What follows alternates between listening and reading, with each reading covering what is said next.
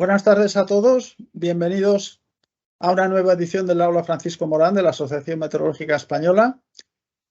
En esta ocasión nuestro invitado es Pello Oria Iriarte, de la Delegación Territorial en Navarra de la AEMET, que nos va a hablar sobre aprendizaje automático de datos aplicado a series, modelos y reanálisis climáticos. Algunos ejemplos sencillos. Paso a dar algunos breves datos de su trayectoria.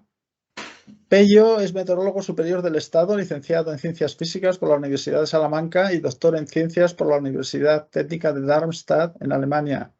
Ingresa en el año 2013 en la Agencia Estatal de Meteorología y desde 2017 es delegado territorial y representante en Navarra. Cuenta con experiencia en el análisis de datos climáticos y de teledetección, campos en los que ha trabajado en colaboración con expertos de áreas como la hidrología y los recursos hídricos, ecosistemas, incendios, cambio climático y protección civil. En la actualidad participa en el Grupo Técnico para la Renovación de la Red de Radares Meteorológicos de AEMET y, entre otras cosas, en mejoras de la estimación de la precipitación de carácter torrencial, haciendo uso de herramientas de teledetección satelitales y terrestres. Entonces, como les he dicho, el tema de hoy trata pues, de las aplicaciones de algoritmos con el uso de ordenadores en concreto a nuestro campo, a series, a modelos y reanálisis climáticas. Este tema del aprendizaje automático, el machine learning, es una cuestión que está en mucho auge en los últimos años, ¿no? Va creciendo prácticamente al ritmo de la medida de el aumento en las capacidades de computación, o sea que realmente tiene mucho futuro, ¿no? Al menos, si se me permite el toque de humor, hasta que nos dominen las máquinas, como algunos expertos, no solo gente, digamos, sin mucho fundamento, predicen que sucederá. De momento las tenemos bien controladas y son muy útiles, y Pello nos va a dar algunas perspectivas muy interesantes en este aspecto. Bien, y antes de darle paso, voy a recordar algunas cuestiones que siempre hacemos para clarificar. Primero, que cuando termine él de hablar, pues daremos paso a las preguntas que quieran formular ustedes, bien sea levantando la mano, el correspondiente icono que tienen arriba, o si las quieren formular a través del chat, pues también les daré lectura y se las pasaré. Y lo último, ya también avisar de que es decisión suya el abrir la cámara o no por los temas de protección de datos, porque estas charlas quedan grabadas y luego están a disposición del público en general en YouTube. Se las da la publicidad también con las redes sociales nuestras. Bien, pues paso a darle la entrada a Pello cuando quieras. Pello, te escuchamos. De acuerdo, muchas gracias, José Antonio, y buenas tardes a todos y a todas. Muchas gracias también por la invitación al conjunto de la Asociación Meteorológica Española y muy especialmente pues, a los que estáis organizando, ¿no? Estas sesiones tan interesantes dentro del Aula Morán.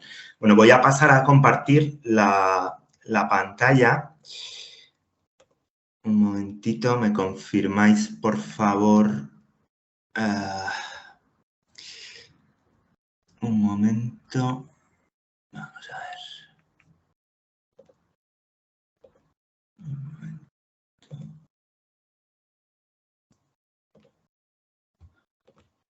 A ver, un segundo.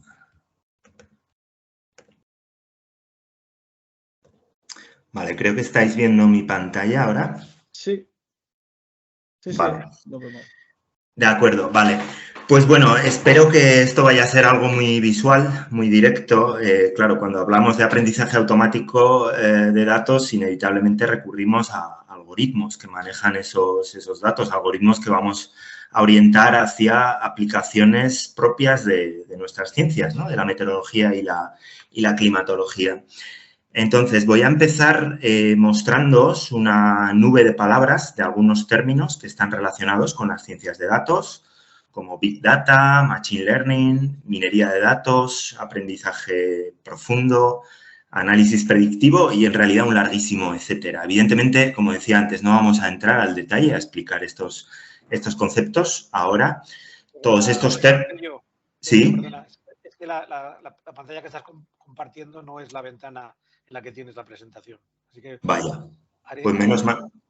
Deja de Menos mal que compartir. me lo habéis dicho. Perdonad. Sí, no sabía si le vas a sacar a continuación, por eso está. Vale, un momento.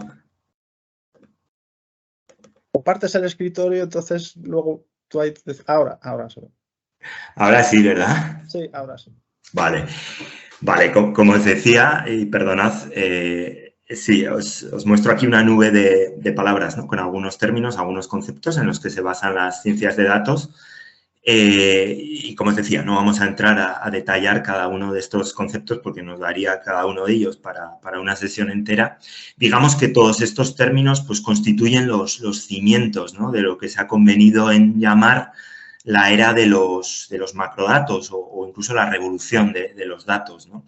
Que ya sabéis que ha explotado en los últimos, no sé, 5, 10, 15 años, aunque en realidad muchos algoritmos ya eran conocidos hace décadas, ¿no? Esto es un poco curioso, ¿no? Bueno, todo esto se centra fundamentalmente en los siguientes ítems.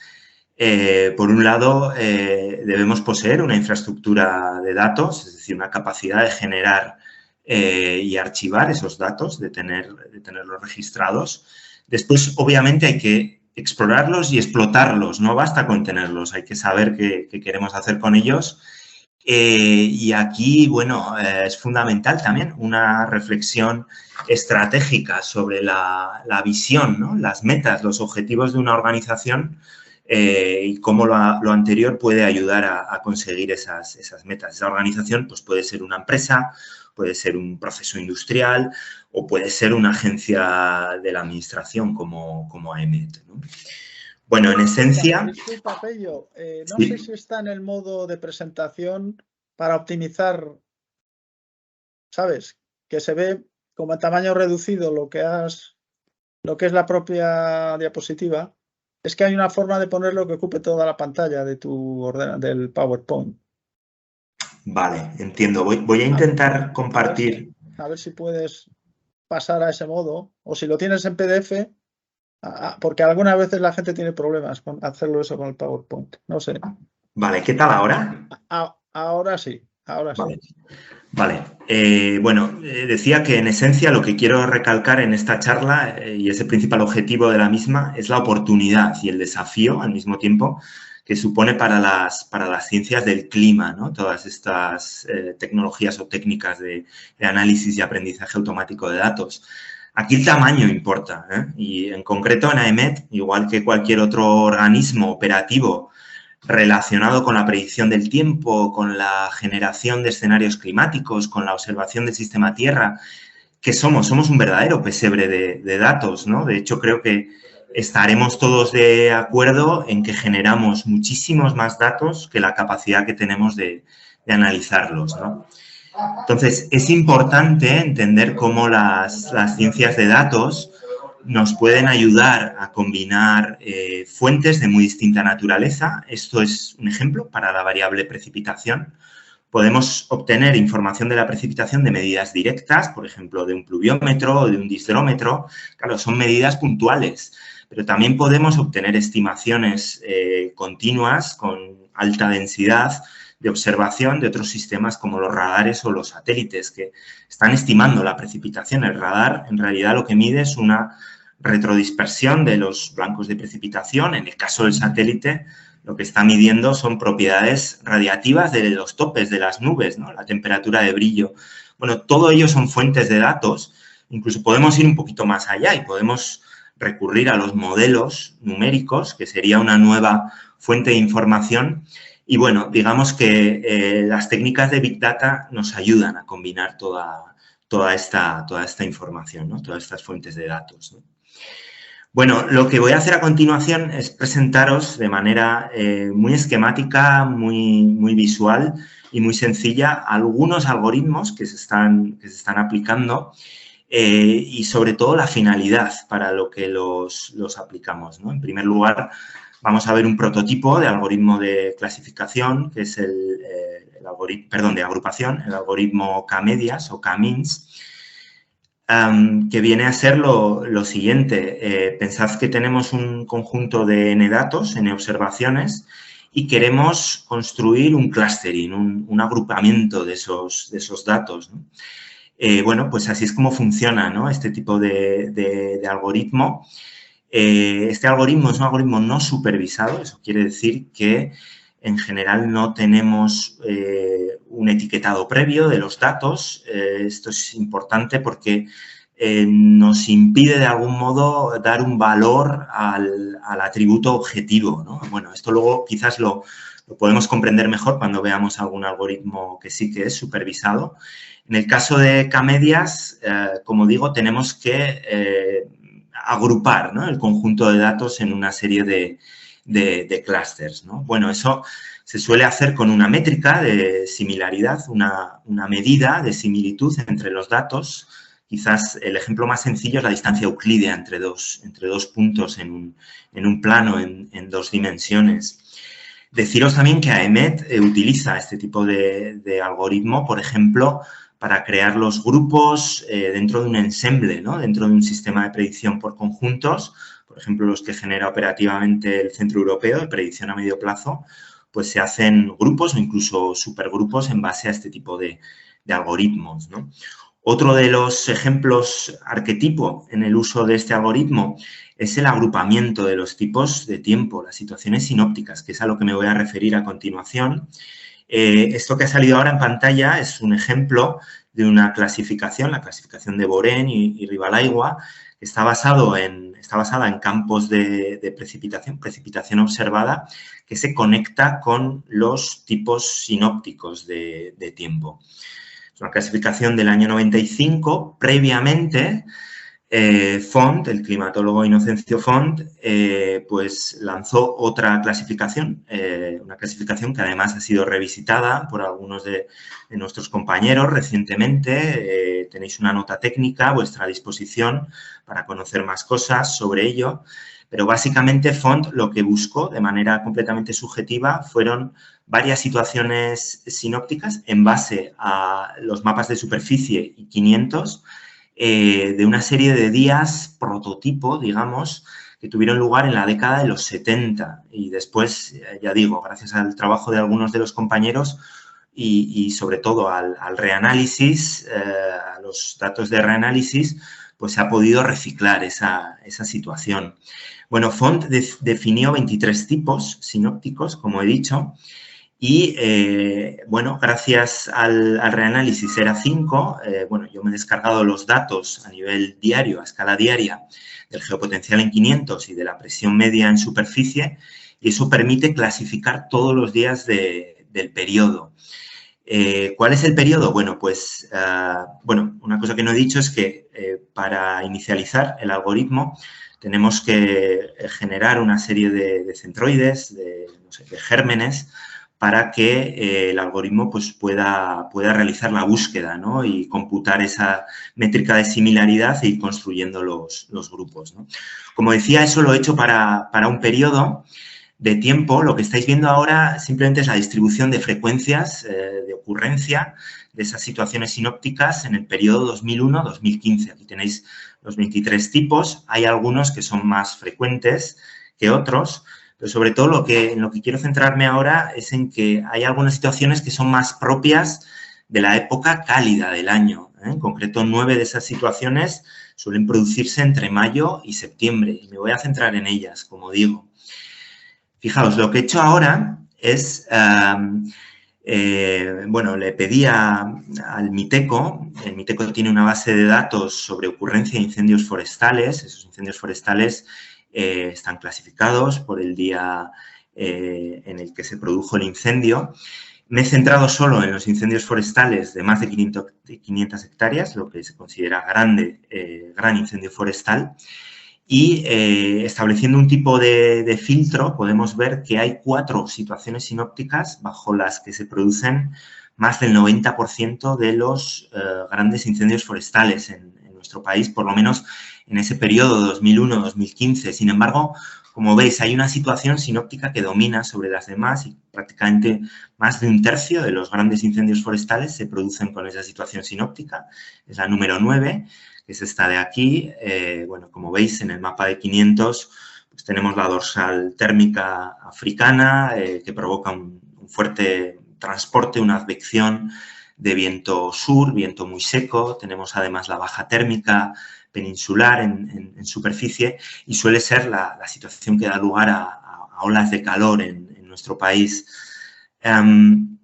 Gracias al análisis y a la clasificación de todos los días del periodo, pero ahora no solamente desde el 2001 al 2015, sino desde el año 1950 hasta la actualidad, pues he podido ver cómo el porcentaje de ocurrencia, el número de días en los que tiene lugar esta clasificación, pues está aumentando, ¿no? A lo largo de las últimas décadas.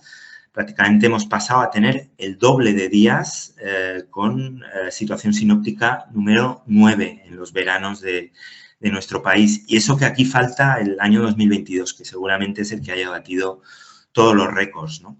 Entonces, la conclusión de este primer ejemplo que os he mostrado es que partimos de un algoritmo de aprendizaje muy simple que nos permite hacer agrupaciones, pero gracias a eso conseguimos tener algunos indicios que nos permiten pues bueno, determinar o por lo menos saber qué condiciones son favorables o propicias para que se puedan producir grandes incendios forestales, por lo menos desde el punto de vista atmosférico. Bien, el siguiente algoritmo que os voy a mostrar es un algoritmo de visión artificial que se llama el algoritmo de Lucas-Canade y lo vamos a aplicar al movimiento de tormentas en las imágenes de radar. Esto tiene una clara aplicación que es para el nowcasting de precipitación. Digamos que igual que nuestros ojos y nuestro cerebro pues tratan de adquirir información, procesarla, comprender la realidad, pues la visión artificial puede llegar a hacer esto mismo, ¿no? Os voy a mostrar a continuación cómo lo puede hacer. Fijaos, este es un vídeo de una calle donde algunos coches se están moviendo. Uno ya veis que toma la calle perpendicular. ¿Esto qué es? Es una secuencia de fotogramas, es una secuencia animada de fotogramas y podemos establecer una serie de ecuaciones, un sistema de ecuaciones para cada uno de esos fotogramas, o mejor dicho, para cada uno de los pasos temporales que conectan un fotograma con el siguiente. Este sistema de ecuaciones en derivadas parciales, digamos que se resuelve para cada píxel de la imagen. Los píxeles serían las Qs. Después tenemos las componentes de la velocidad, Vx y Vi, de los objetos que se están moviendo. Y las Is son las derivadas parciales de una magnitud o una variable que tiene que ver, por ejemplo, pues con, en este caso es una secuencia de imágenes en blanco y negro. Podría ser, por ejemplo, una escala de grises o un tono o una saturación, algo así, ¿no? El caso es que resolviendo este sistema de ecuaciones podemos llegar a, bueno, determinar las componentes U y V, o Vx y Vi, de los objetos que se están moviendo en la imagen, ¿no?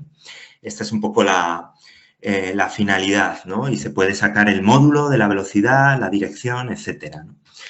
¿Qué conseguimos finalmente? Bueno, pues asociar, ¿no?, estos vectores, velocidad, a cada uno de los objetos que se mueven en la imagen, ¿no?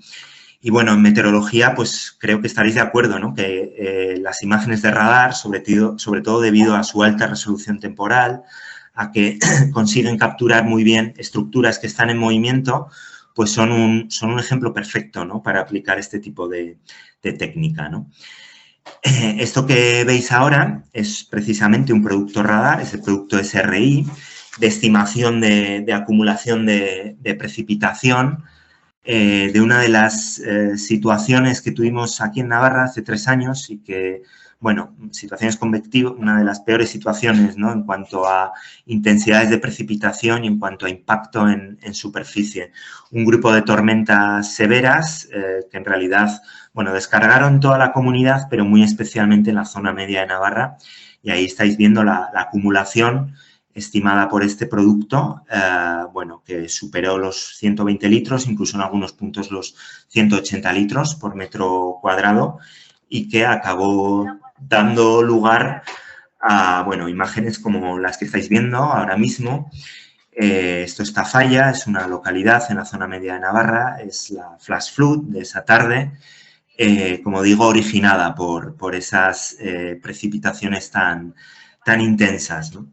En realidad, si nos vamos a las imágenes de radar en 3 momentos de esa tarde, pues bueno, podemos ver esos núcleos con altas reflectividades, con altas eficiencias de precipitación. Estos son 3 exploraciones del radar regional de Zaragoza consecutivas y, como veis, en el centro de Navarra hay una serie de núcleos que más o menos permanecen estáticos. Entonces, lo que he hecho aquí es aplicar precisamente el algoritmo de Lucas Canade a esta secuencia de imágenes, y lo que veis aquí a continuación es la intensidad de precipitación, pero quiero que os fijéis sobre todo en las flechas, ¿no? Así como las estructuras de la parte izquierda de la imagen, pues bueno, se están desplazando, y así lo vemos en los vectores velocidad.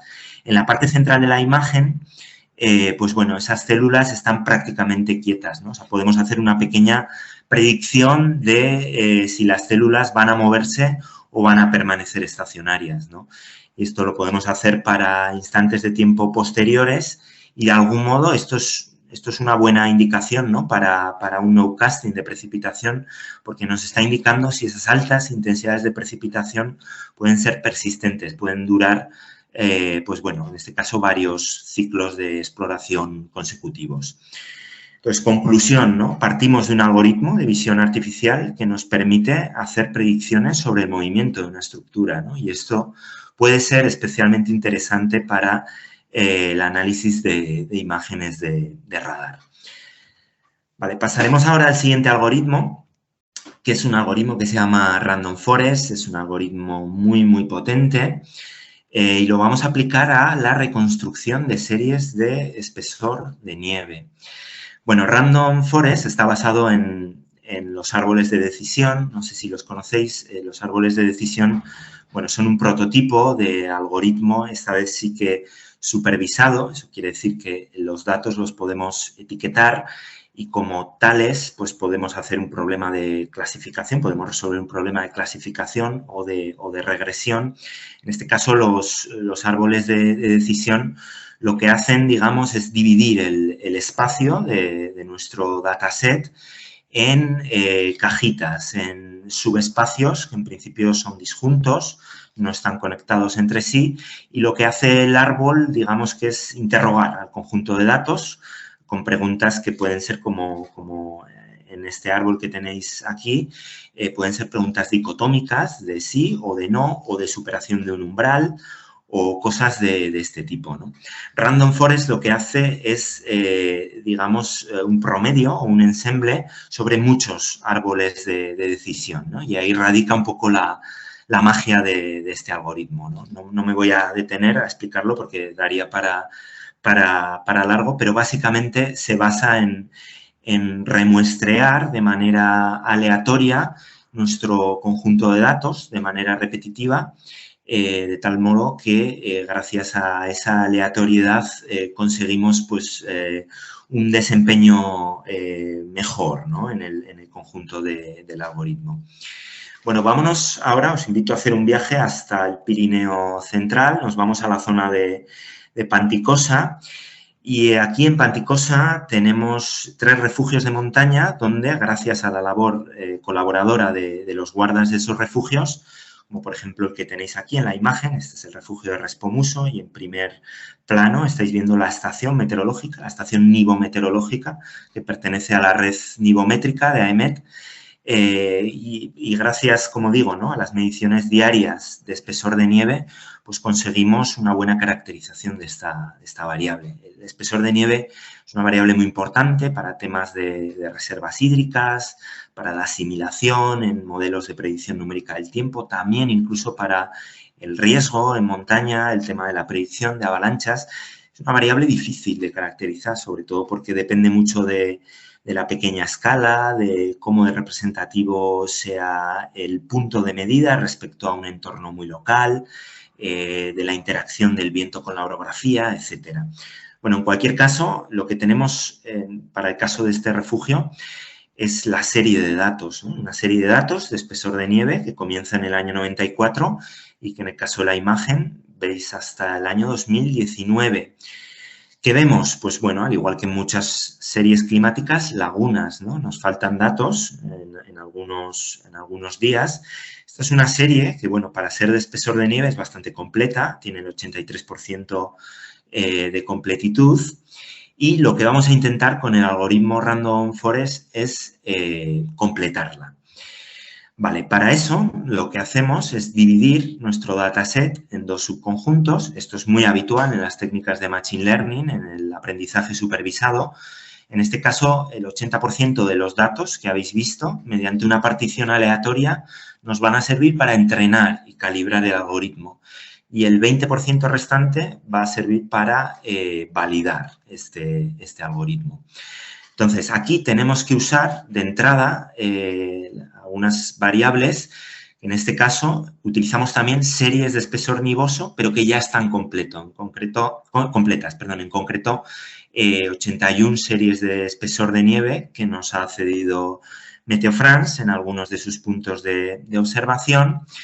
Y lo que estáis viendo aquí, pues bueno, es el resultado de la validación. Estamos comparando los puntos de ese subconjunto de validación con el resultado de la predicción del algoritmo, que sería la línea continua. Entonces, como estáis viendo, el resultado es bastante bueno.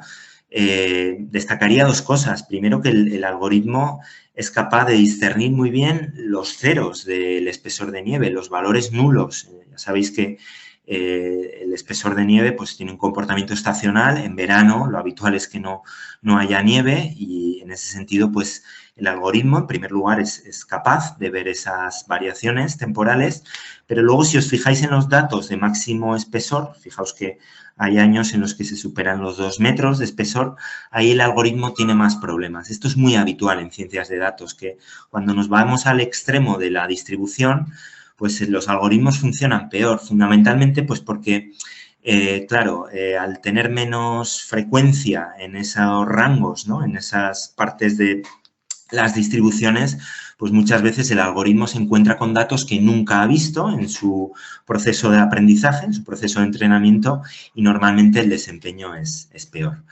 En cualquier caso, lo que nos permite este algoritmo es reconstruir la serie. Aquí lo que estáis viendo, los puntos son los mismos datos que antes, son los datos originales, y la línea roja es la reconstrucción, ¿no? Que nos permite rellenar esas lagunas, bien para la serie de datos de Respomuso o para otro refugio cercano, el refugio de Casa de Piedra, que también tiene un histórico bastante largo, o para otra serie, la serie de espesores de Bachimaña, que lleva menos años, pero bueno, lo que conseguimos hacer es una reconstrucción en el espacio de las series de espesor nivoso, ¿no?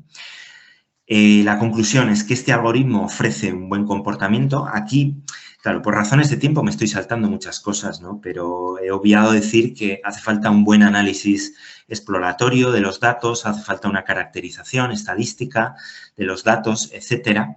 Pero bueno, en cualquier caso es importante tener series de datos completas, y lo que os quería mostrar es que, bueno, por ejemplo, un grupo de geógrafos contactaron conmigo para obtener estas series de espesor nivoso que después ellos aplican a lo que llaman el balance de masa glaciar, en este caso de un glaciar que está en esa zona, el glaciar del infierno. Abajo, en la parte de abajo tenéis una imagen, es un glaciar que, bueno, prácticamente ya lo dan por muerto, sobre todo, además, después de este año, que ha sido, bueno, pues nefasto, ¿no? Para los glaciares, ¿no? También se han empleado este tipo de series para hacer validación de datos satelitales. Ahora mismo, con datos de Sentinel, se consiguen aproximaciones de espesor de nieve, ¿no? Entonces, estas series pueden servir para validar o para calibrar las estimaciones de satélite. Bueno, el siguiente ejemplo que os muestro a continuación tiene ya que ver con las redes neuronales, ¿no? Las redes neuronales es otro prototipo de Machine Learning, de algoritmo de Machine Learning, y lo vamos a aplicar, bueno, deciros que hay varios tipos de redes neuronales, pero quizás las que más suenan ahora mismo son las convolucionales y las recurrentes, y os voy a enseñar un ejemplo de cada una de ellas, ¿no? Las redes neuronales, ¿qué son? Bueno, pues son, al igual, ¿no?, que nuestro cerebro, que ya sabéis que está compuesto por por neuronas y por sinapsis, pues en este caso también tenemos bueno, un conjunto de datos de entrada, que sería la capa de entrada, la capa de las X. Tenemos un conjunto de datos de salida, o a veces un único dato de salida, una única variable de salida. Y entre medias tenemos una serie de capas que se llaman capas ocultas, y lo que están haciendo, pues en el caso de la primera capa, es, digamos, ponderar o pesar el conjunto de las entradas mediante unos factores de ponderación. Esa suma de variables de entradas ponderadas se mete dentro de una función que se llama función de activación, que es una función que a menudo tiene un comportamiento fuertemente no lineal. Por ejemplo, una función muy utilizada es la función logística o también la tangente hiperbólica. Y, claro, aquí, si hacemos un aprendizaje profundo, pues podemos añadir muchas capas, ¿no? Muchas capas que están conectadas unas con otras, pueden estar completamente conectadas, eso quiere decir que todas las neuronas se conectan entre una capa y otra, o pueden estar parcialmente conectadas, ¿no? Aquí tenéis otro ejemplo, otro esquema de las redes neuronales con las capas utilizadas. En el caso de las capas convolucionales se suelen usar para tratamiento de imágenes, sobre todo pues, bueno, cuando tenemos variables en 2 dimensiones o incluso en 3 dimensiones, aunque también pueden aplicarse para problemas unidimensionales, ¿no? La convolución, digamos que, bueno, lo que hace es explorar de manera iterativa una imagen, un conjunto de datos, explora, mejor dicho, un subconjunto de la imagen que después, pues bueno, van a agregarse, ¿no? Todos esos subconjuntos en una capa de reagrupamiento, ¿no? Bueno, ¿a qué podemos aplicar esto? Bueno, pues probablemente muchos de vosotros y vosotras estéis familiarizados con los visores bueno, primero con los escenarios de cambio climático, pero quizás también con el visor Adapteca, ¿no? Que, bueno, nos permite esa información, ¿no? De las proyecciones regionalizadas, pues representarla gráficamente.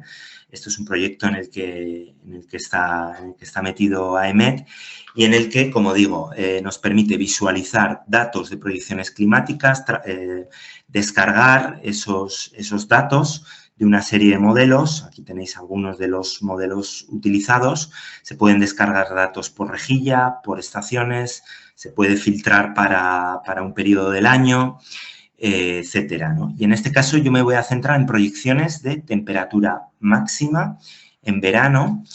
Esto que veis aquí es las distribuciones que nos dan los modelos, bueno, mejor dicho, las proyecciones climáticas regionalizadas de una serie de modelos en la estación del Retiro, en Madrid, para un periodo histórico, entre 1961 y 2021. Y lo que estáis viendo son, como digo, esas proyecciones y la línea de puntos sería la serie observada, los datos medidos en la estación. Bueno, pues yo, como estáis viendo, ¿no? Cada uno de los modelos pues tiene un comportamiento ligeramente diferente y eso me define, ¿no? Lo que sería la incertidumbre, ¿no? Yo me pregunté hace tiempo, ¿no? Si podemos emplear, ¿no? Esas temperaturas proyectadas por los modelos como predictoras de una red neuronal, entrenarla en un periodo histórico contra las observaciones reales y ver si eso nos permite, digamos, afinar las proyecciones a futuro. Y es lo que os voy a mostrar a continuación. Esto que veis aquí es un diagrama, ¿no? Una gráfica de la precisión de los conjuntos de datos de entrenamiento y de validación en función de los ciclos. Los ciclos de una red neuronal, digamos que, bueno, no voy a entrar en esto ahora mismo, pero en una red neuronal convolucional lo que se hace es coger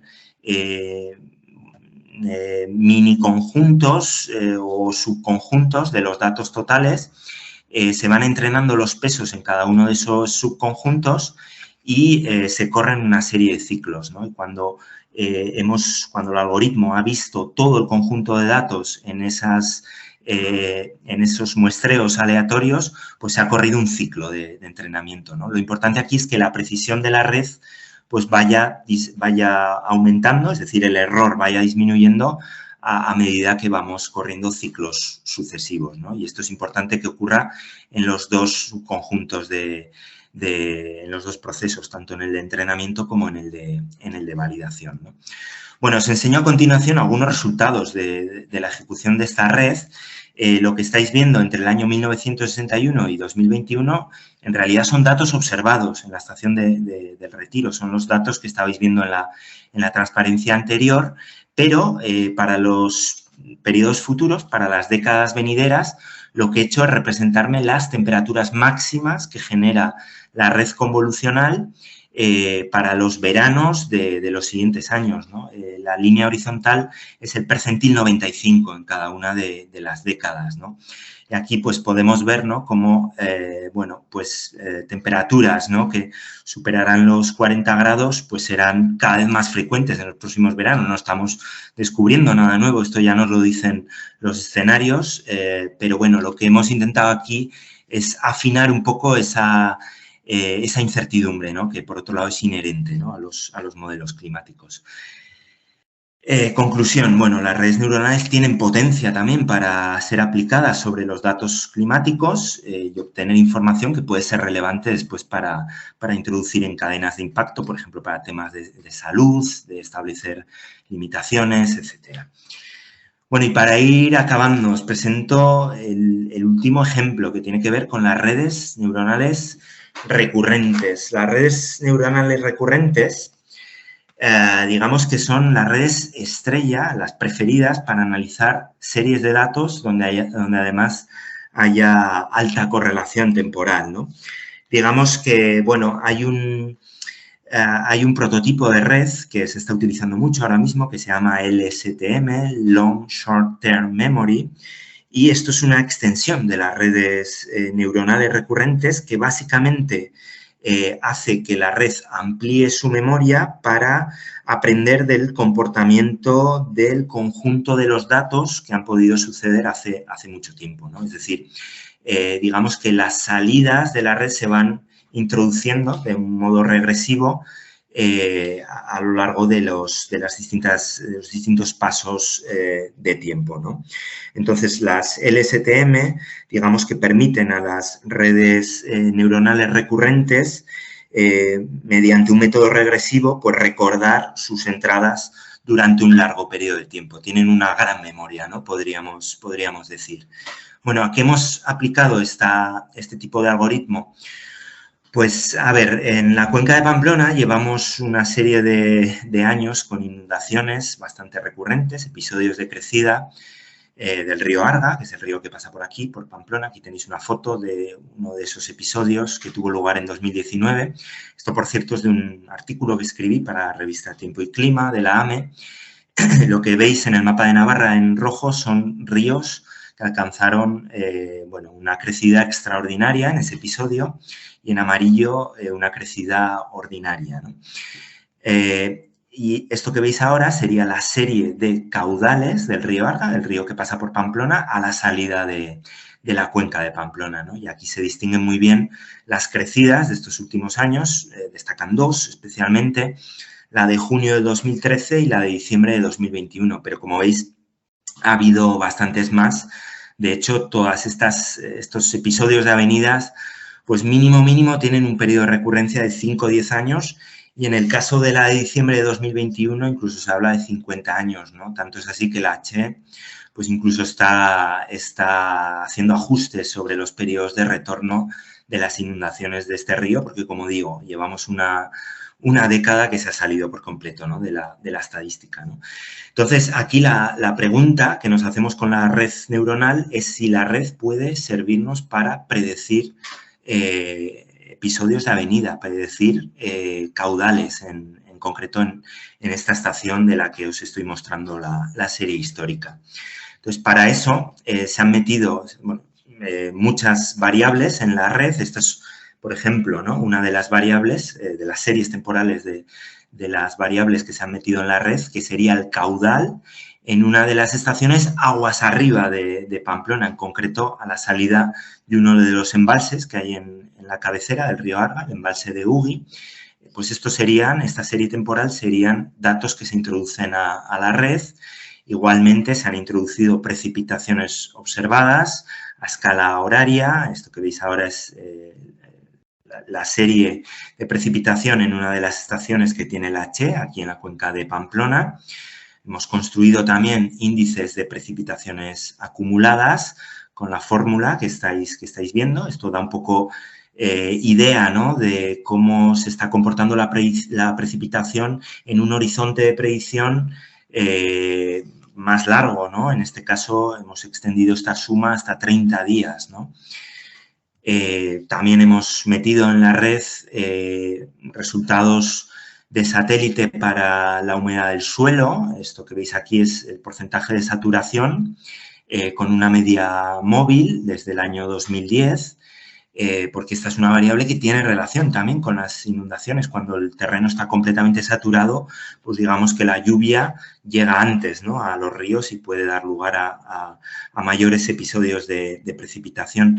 Y también, y esta seguramente es la clave de los datos de entrada, hemos metido precipitaciones previstas por el modelo Harmony-Aron, en una rejilla que comprende toda la cuenca. Y aquí, aunque no se ve muy bien, estáis viendo, ¿no?, esa rejilla en el conjunto de la cuenca de Larga.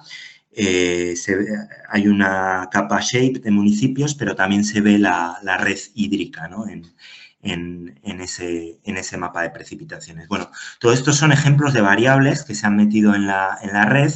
Esta sería la arquitectura de red. Esta es una red muy compleja, no es como las anteriores que os he mostrado. Es una red con muchas capas. De hecho, en esto ha estado trabajando un estudiante, ¿no?, del máster de Ciencias de Datos que ofrecen aquí en la Universidad Pública de Navarra, que ha hecho un gran trabajo. Y os muestro ahora algunos resultados, ¿no? Esto que veis aquí son algunos episodios de inundaciones que están señalizados con esos rombos de colores. En concreto, el último pico corresponde al episodio de crecida de diciembre de 2019. Os muestro a continuación el comportamiento de los residuos, un scatter plot que nos liga la predicción de nuestra red con los valores observados. La verdad es que cuando vimos este scatter plot nos sorprendimos porque el comportamiento de la red es francamente bueno, pero sobre todo lo que nos interesa es aplicarlo a esos extremos, ¿no?, de las distribuciones de caudal. Y aquí estáis viendo, ¿no?, cómo predice, ¿no?, la red neuronal ese episodio de crecida de más de 500 metros cúbicos por segundo, que, bueno, hizo que la buena parte, ¿no?, de algunos barrios aledaños al río pues se inundaran, ¿no? Fue, no sé si lo he dicho antes, la peor inundación aquí en la comarca de Pamplona en por lo menos los últimos 50 años. Y lo que hemos visto es que las redes neuronales pues, pueden ser de ayuda, ¿no?, para predecir este tipo de episodios, ¿no? Bueno, esto me lleva ya a las conclusiones finales, que os invito a leer a continuación. Creo que, bueno, he sido insistente, ¿no?, en la idea de que hay mucho recorrido, hay mucha potencialidad en el uso de estas técnicas a la hora de aplicarlas a los datos meteorológicos o climáticos, además tanto de observación como de modelo. Podemos usar además otras fuentes de datos que no son propias de la meteorología, como caudales en los ríos, usos del terreno, modelos digitales de elevación, etcétera. Hemos visto algunas aplicaciones que habéis visto que pueden ir enfocadas, pues, por ejemplo, a la predicción operativa, pero también a los impactos que tiene el tiempo adverso o el tiempo severo en el caso de olas de calor, incendios, inundaciones, también a los servicios climáticos que están ahora tan de moda. Muy importante, eso sí, ¿no?, conocer los datos, ¿no?, que estamos manejando, ¿no?, sus errores, tienen errores sistemáticos en su obtención, las incertidumbres de los conjuntos de datos, cómo se han medido, etcétera. Esto es muy importante, como también es importante conocer los propios algoritmos de aprendizaje automático, ¿no?, porque eso te permite saber si una técnica o modelo pues, te puede servir mejor para una determinada aplicación.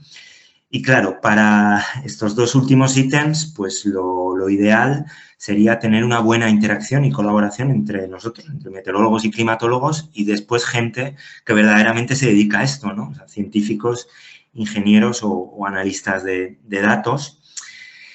Simplemente para finalizar, ¿no?, os dejo aquí una reflexión que quizás pueda servir para el posterior debate. Hay quien ha dicho ya, ¿no?, que los datos son el oro de este siglo, ya están sirviendo pues para ver tendencias, para decisiones estratégicas de organizaciones, optimizar operaciones o en el caso de AEMET, pues quién sabe, ¿no?, si en los servicios que prestamos pues se generarán nuevos modelos, ¿no?, operativos basados en este tipo de técnicas que nos permitan pues al fin y al cabo dar un mejor servicio. Nada más, yo lo dejo aquí. José Antonio, te doy la palabra y muchas gracias por la atención. Bueno, muchas gracias a ti, Pello. Ha sido una charla verdaderamente interesante. Has tenido que ir deprisa, ¿no?, como has indicado, por bastantes temas, pero yo creo que nos has dado una visión muy completa de las potencialidades, al menos, de este conjunto tan amplio de técnicas y además centrado en ejemplos de mucha relevancia, yo creo, para meteorología o climatología en general. O sea que te felicito por el contenido y la presentación y demás. Gracias. Muy bien, pues estoy esperando a ver si hay alguna pregunta de nuestros invitados. Si no, yo quisiera hacer, para ir calentando el ambiente, así algunas reflexiones al hilo de lo que has comentado. Quizá empezando por el final, esa última cita de que los datos son el oro del siglo XXI, eso sin duda es cierto, pero bueno, hay que recordar, quizá como los que nos hemos dedicado a la climatología, que los datos son el oro realmente también para la climatología, también los del siglo XX, los que hay del siglo XIX, etcétera. O sea, también la profundidad temporal de los datos es utilísima en las ciencias, digamos, meteorológicas, meteoclimatológicas, ¿no? Y luego es impresionante, desde luego, en el ejemplo que has mostrado, con el tratamiento de las inundaciones y demás, claro, la capacidad enorme que tienen estas técnicas de incorporar y aprovechar datos de muy distinta procedencia, que eso, claro, abre unas perspectivas verdaderamente, ¿no?, fabulosas, ¿no?, de integrar muchos distintos, diversos conjuntos de datos a base, naturalmente, de las potencias informáticas de las que disponemos y del conocimiento de las técnicas esas especiales, esos algoritmos, pero realmente eso abre, ¿no?, unas perspectivas muy, muy potentes, ¿no? Sí, sin duda, ¿no? Y de hecho hay veces que, bueno, te despreocupas un poco, ¿no?, bueno, de preguntarte, ¿no?, si son datos adecuados para el comportamiento de la red, porque hay redes que es que lo absorben absolutamente todo, ¿no? O sea, se tragan cualquier conjunto de datos, estructurado, no estructurado, y la verdad es que muchas veces, bueno, pues casi ves la red como una caja negra, ¿no? Porque sobre todo esta última red que he mostrado, ¿no?, que tiene tantas capas, ¿no?, ocultas, pues lógicamente ahí, a pesar de que tienes una idea general, ¿no?, de lo que está haciendo la red, pues desde luego hay veces que lógicamente le pierdes la pista y ya no sabes, ¿no?, si meter una nueva variable pues te va a mejorar los resultados o no. En ese caso sí que vimos, ¿no?, que sobre todo meter campos de precipitación en la cuenca mejoraba ostensiblemente los resultados. Y además es que no solo los hemos metido únicamente de una pasada del modelo, ¿no?, sino que aquí puedes hacer incluso un ensemble de precipitaciones basado en observación, basado en teledetección, basado en modelos, basado en distintas ejecuciones del modelo, etcétera, etcétera. O sea, por eso como tú bien dices, ¿no?, las posibilidades aquí son infinitas, ¿no?, muchas veces. Luego, creo que ha pedido la palabra Rafael Requena. Adelante, Rafael. Hola, ¿qué tal? Buenas tardes. Oye, no, lo primero es que, bueno, he llegado tarde a la presentación, he visto el último cuarto de hora, con lo cual espero poder verla después desde el principio, ¿no?, si queda grabada. Bueno, pues la verdad es que como he llegado al final he visto justamente el ejemplo que has puesto para las inundaciones en la cuenca de Pamplona y me ha parecido interesante cuando has puesto la gráfica con el parámetro de la reserva de humedad del suelo para comparar, por ejemplo, las del 2013 con las del 2021, porque creo, y me imagino me lo podrás confirmar, la que más daño ha hecho ha sido esta última, del 2021, pero llegó, digamos, con una reserva mucho menor de humedad del suelo que las del 2013, ¿no? Es decir, que si hubiera llegado con la misma humedad del suelo que hubo en el 2013, hubiera sido todavía peor incluso, ¿no? Me ha parecido verlo de esa manera, ¿no? Por lo menos en la gráfica he visto, vamos, yo lo recuerdo porque, claro, como yo estaba aquí entonces, en el 2013 en realidad no fue una solo, había habido una en febrero, mucho más potente incluso, pero la que causó más daño fue la de junio, porque el suelo estaba ya totalmente saturado de humedad. O sea, yo me acuerdo, como nos decía otra también, dice, oye, es que el problema ya no es que la cantidad de agua que está cayendo, sino que es que no hay manera de que el suelo filtre más, absorba más agua, ¿no? Entonces es que era escorrentía total. Y luego también el embalse de Eugui, que a ver, se estuvo manteniendo todo el tiempo que se pudo, estaba completamente lleno y claro, hubo que abrir un poco porque si no se desbordaba, ¿no? Que hubo mucha polémica con eso, pero digo, oye, es que se está dejando salir justo lo que está entrando, o sea, no, ni más ni menos, ¿no? Porque es que si no se desborda, ¿no? Pero claro, no había más remedio, ¿no? Y entonces toda la polémica que hubo con la crecida del Arga y el Ulzama, que se juntan, como sabemos, a la entrada de Pamplona, ¿no? Pero vamos, sobre todo es eso, comentar el tema de la reserva de humedad del suelo, que creo que entonces, porque era más normal, el año que había habido había sido un año muy lluvioso, el 2013, mientras que el 2021 no había sido tanto. Entonces llegó con mucha más humedad del suelo. ¿Cómo lo ves?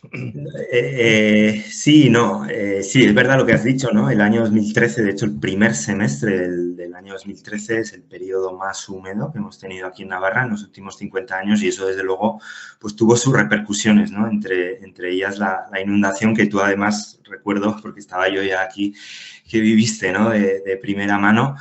Pero no, en ambos casos los suelos estaban completamente saturados. También el año pasado, sí que es verdad que el año pasado fue bastante seco, pero hasta el 20 de noviembre. Y entre el 20 de noviembre y el 10 de diciembre, las precipitaciones, digo 10 de diciembre porque ese día fue el día de la inundación, pero previamente, ¿no?, a lo que fueron las precipitaciones que dieron lugar a ese pico de la crecida, pues bueno, habíamos tenido 3 semanas muy, muy lluviosas, extremadamente lluviosas. Y en invierno yo tengo comprobado que a los suelos de esta zona les basta poquito para saturarse, ¿no? Si tienes 10 días, 20 días de lluvias continuadas, los suelos se saturan. Así que, bueno, luego si quieres te comparto la gráfica otra vez de la humedad del suelo, pero en ambos casos los suelos estaban completamente saturados, ¿no? Sí, vamos, yo recuerdo el 2013, que vamos, que entre el 15 de enero y el 15 de febrero llovieron en el norte de Navarra 1000 litros. Fueron 2 semanas, ¿no? Pero fueron 1000 litros en 2 semanas. Y claro, es que eso, claro, no es lo que, no son 3 días, pero es que 2 semanas, 1000 litros es mucho, ¿eh? Y eso pasó en febrero del 2013, ¿no? En el norte de Navarra. Sí, también hubo inundaciones en febrero de 2013. Ese año hubo dos, ¿no? Hubo dos, la de febrero y luego la de junio, pero ya la de junio, insisto, es que el tema es que ya estaba totalmente saturado el suelo, vamos, ya no había capacidad, digamos, había muchos problemas de desprendimientos, de deslizamientos, era lo que más le preocupaba a Protección Civil, digo, es que se está cayendo la tierra, ¿no? Se está viendo deslizamientos, ¿no? de laderas y tal por la cantidad de agua que estaba cayendo sin que pudiera absorber el suelo ya nada, ¿no? Así que, bueno, pero vamos, el tema de las redes neuronales, como no lo he cogido desde el principio, lo he cogido al final, espero luego poder verlo más detenimiento, ¿no? Toda la presentación. Vale, muy bien, muchas gracias, Rafael, por tu aportación. Oye, yo te quería comentar, Pello, que si puedes dar algún detalle más de la aplicación esa de las redes al tema de las temperaturas máximas en Madrid. Porque entiendo que te basas en los datos observados y con eso, digamos, las combinas con el resultado de los escenarios de predicción. Entiendo que es para mejorar la distribución de frecuencias en los años que dan los escenarios. Exacto, eso es. Se utiliza el periodo histórico para entrenar el modelo, es decir, tus variables predictoras son los datos de los modelos, de las predicciones climáticas que ya están regionalizadas, es decir, ahí se ha hecho ya, bueno, creo que las que he utilizado emplean los métodos estadísticos de análogos y de regresión, Es decir, ese proceso ya se ha hecho, pero como hemos visto, ¿no? Cuando he mostrado el comportamiento de las temperaturas extremas que predicen cada uno de los modelos, pues ahí hay un rango de incertidumbre que es inherente, ¿no? a los propios modelos. Entonces, un poco el objetivo de la red es, basándonos en el entrenamiento en ese periodo histórico, después, para un periodo futuro, tú testeas tu red, es decir, metes como variables predictoras las proyecciones a futuro y tus salidas, que es una salida determinista, son las temperaturas esperadas en los próximos veranos. Esa es un poco la idea. La verdad es que esto lo hice un poco para aprender, ¿no? sobre redes neuronales. Es un objetivo, bueno, una aplicación que se me ocurrió así a bote pronto. Luego escribí un artículo en el blog, pero la verdad es que no me atrevo a mandarlo a publicación por lo que pueda pasar, ¿no? Porque pueda, no lo sé, no lo tengo claro. A lo mejor parece interesante y se pueden sacar más cosas de aquí. Yo sé que, por ejemplo, ahora en el grupo de modelización climática de EMET, Esteban y Alfonso están trabajando en este tipo de cosas. Están trabajando en regionalizar, o sea, hacer nuevas proyecciones con técnicas de Machine Learning. El otro día estuve con Alfonso y me lo estuvo contando en el congreso de la Asociación Española de Climatología. Así que, no sé, la verdad es que pueden surgir nuevas aplicaciones de aquí, ¿no?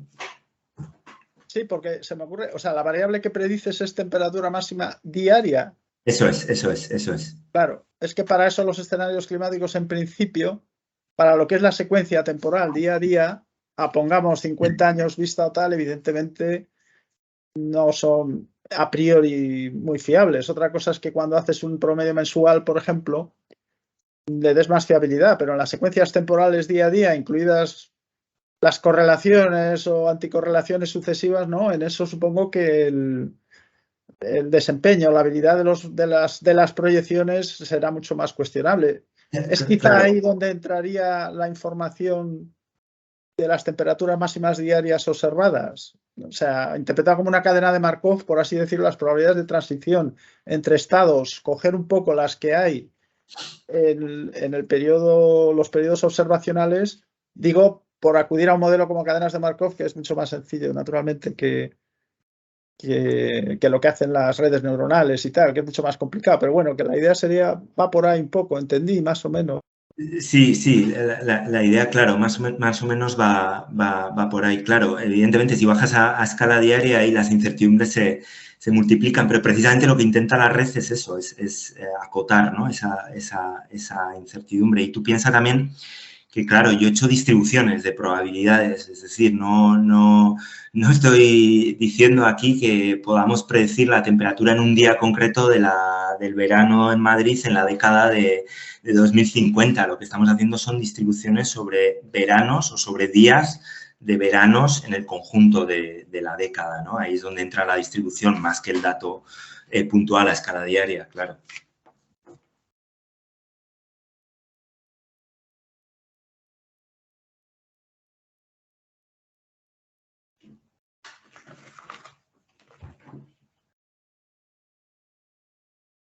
No sé si no se te oye, José Luis.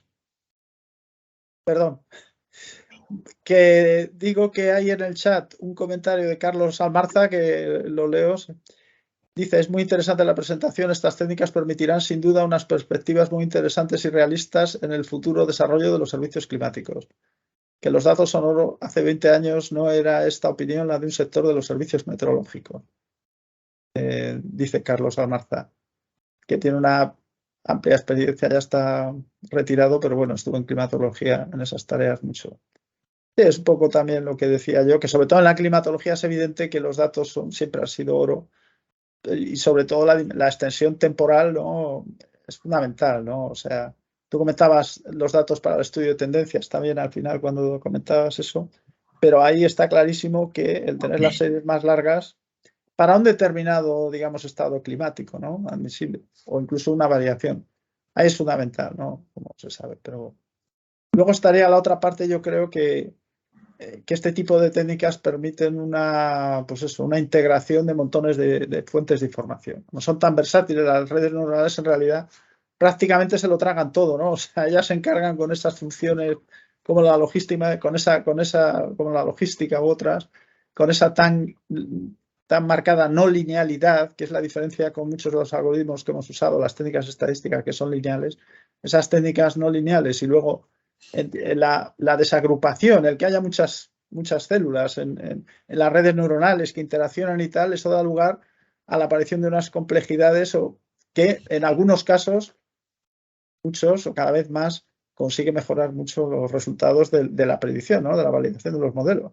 Aunque yo a ese respecto también quería comentarte, claro, que un aspecto un poco estos son los pros, ¿no? Y por poner algún contra, estaría que estas técnicas son tan extremadamente complejas pongamos las redes neuronales, que la idea es que reproducen un poco el comportamiento del cerebro humano, que obviamente es complejísimo, que no entendemos ni mucho menos del todo, ¿no? Y al ser tan complicadas, claro, nos vamos distanciando cada vez más de lo que es el hacernos nosotros una idea, un modelo conceptual de las interrelaciones de las cosas, el establecer relaciones causales, que siempre intentamos, o sea, hay que intentar a veces, incluso aunque tengas una red o un tipo de algoritmo de estos muy complejo, a veces hay que utilizar, creo yo, otros modelos más sencillos que nos permitan, más conceptuales, que nosotros podamos esquematizar unas ideas y unos flujos causa-efecto, por ejemplo, que desde luego en estas técnicas queda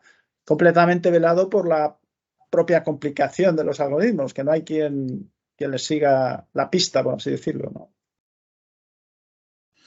Sí, totalmente de acuerdo, ¿no? Además, creo que todos los que experimentamos con este tipo de técnicas, pues caemos muchas veces en la tentación, ¿no? De ver esto como una caja negra, de no preocuparte, ¿no? Que es cómo está funcionando la red, ¿no? Cómo son esas relaciones causa-efecto. Pero bueno, aquí es fundamental conocer tu dataset, ¿eh? O sea, por eso yo creo que un análisis exploratorio de los datos y sacar estadísticos, distribuciones, etcétera, densidades de probabilidad, es muy importante, ¿no? Y luego también, bueno, decir que hay redes que son más sencillas que otras. De hecho, muchas veces pensamos en esto, en la idea de complejidad y en que la red tiene que tener muchas capas, tiene que ser capaz de llegar a un aprendizaje muy profundo, pero no siempre es así. De hecho, la mejor estimación de los parámetros se consigue en base a un modelo que sea preciso, pero también que sea sencillo, es decir, que tenga poca varianza, que no sobreaprenda demasiado con tus datos de entrenamiento y que luego cuando lo saques de ahí el desempeño sea peor. Entonces, estos son, sí, los riesgos, estoy de acuerdo contigo, esto tiene riesgos y conviene empaparte un poco, ¿no? De cómo funcionan, de qué es lo que están haciendo. Ahora, eso sí, en las redes neuronales es muy complejo. O sea, yo el esquema que he puesto es muy simple, es el que siempre se utiliza para explicar las redes neuronales, pero una vez que te metes en las matemáticas, son extremadamente complejas porque aparecen derivadas parciales por todos los lados, derivadas con los pesos de la red, derivadas con las propias funciones de activación, que además son funciones, como has dicho, ¿no? Puramente no lineales, y una vez que las empezamos a derivar, pues todo se complica, ¿no? En exceso. Bueno, pues muy bien. Yo creo que como ya hemos consumido un tiempo suficiente, más o menos el previsto, y como yo no veo más peticiones de palabra, pues nada, vamos a dar por terminada esta charla tan interesante y tan instructiva. Nos ha abierto unas perspectivas muy prometedoras y de las cuales sin duda cada vez oiremos hablar más. Y bueno, te reitero las gracias, Pello, en nombre de la Asociación Meteorológica Española por haber aceptado nuestra invitación, haber venido al Aula Morán. Y nada, convoco a los asistentes, a todos los que vean este vídeo, incluso aunque sea después en las redes, que se animen si pueden, claro, se animen a estar presentes y a participar también con sus preguntas o sus comentarios, que siempre serán bienvenidos. Y pues nada, hasta la próxima Aula Morán a todos. Vale, pues nada, hasta luego a todos. Hasta luego, muchas gracias.